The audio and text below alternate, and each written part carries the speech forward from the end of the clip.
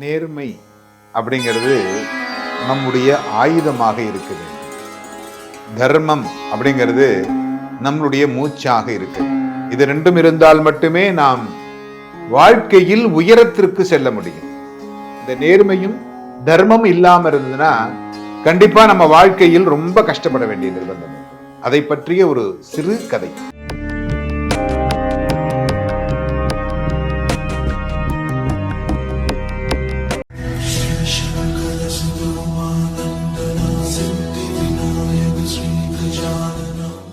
வணக்கம். எல்லாம் வல்ல மூகாம்பிகையினுடைய அருளோடு இன்றைய சிந்தனை. ஒரு அரசர், மிக நேர்மையான ஒரு அரசர். இந்த நேர்மையான அரசர் என்ன பண்ணார் அப்படின்னா, திருமணம் செய்து கொள்ளவில்லை. திருமணம் செய்து கொள்வதற்கு இவருக்கு விருப்பமில்லை. ஆனால் ரொம்ப நேர்மையா தன்னுடைய வாழ்க்கையில் சிறப்பாகவும் ஆட்சியால் பண்ணிக்கிட்டு இருந்தார். மாதம் மும்மாறி மழை பெய்தது. மக்கள் சந்தோஷமாக வாழ்ந்தார்கள். தர்மத்தை மீறாமல் ஆட்சி செய்தார். எல்லா நகரங்களிலும் செல்வம் பெருக்கெடுத்து ஓடியது.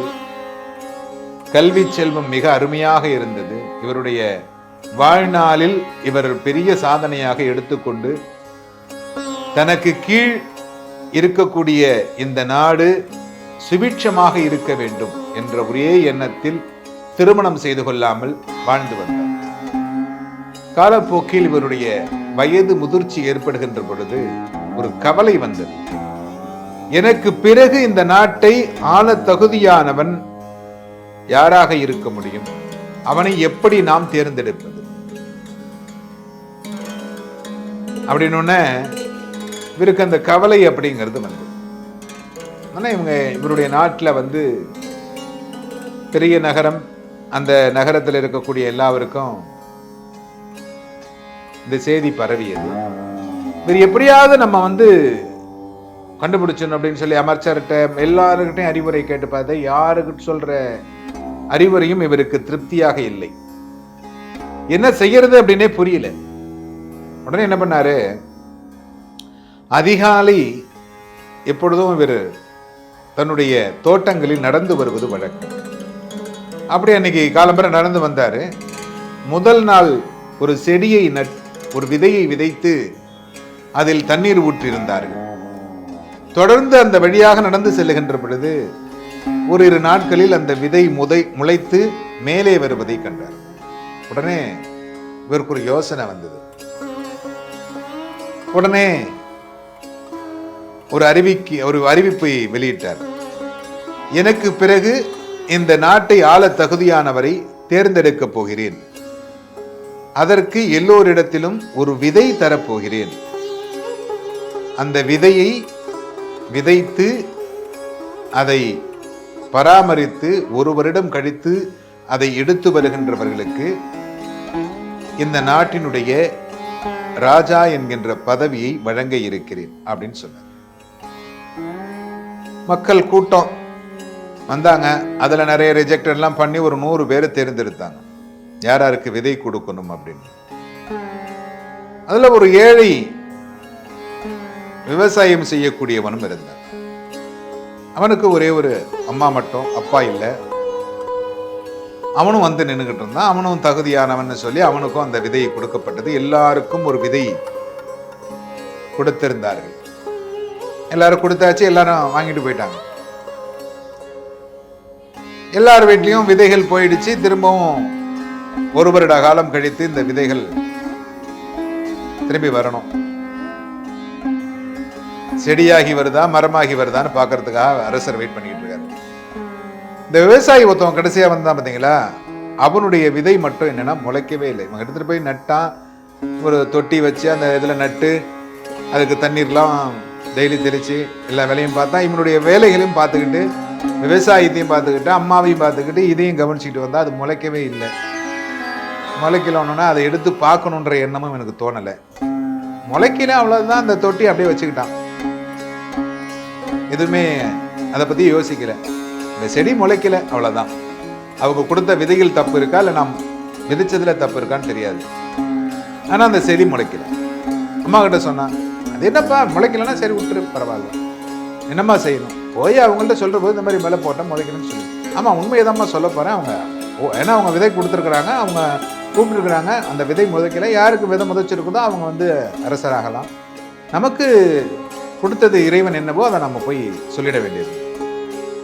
அந்த நாளும் வந்தது. எல்லோரும் செடிகளை எடுத்து வந்தார்கள். ஒருத்தர் பார்த்தா மாங்கன்று எடுத்துகிட்டு வந்தார், ஒருத்தர் தென்னங்கன்று எடுத்து வந்தார். நிறைய விதைகள் எடுத்துகிட்டு வந்தாங்க. நிலமெல்லாம் நிறைய கொண்டு வந்து வச்சுருந்தாங்க, செடிகள்லாம், பூச்செடிகள் அப்படி இப்படின்னு. இப்போ வெறும் தொட்டியை கொண்டு போய் வச்சான். எல்லாரும் பார்த்தாங்க, என்னடா இவன் வெறும் தொட்டியை கொண்டாந்து வச்சிருக்கிறானே, நம்ம கொடுத்த மாதிரி தான் இவனுக்கும் விதை கொடுத்தாங்க, ஏன் முளைக்கல, என்ன செய்யறது? எல்லாரும் சிரிச்சுக்கிட்டு இருந்தாங்க.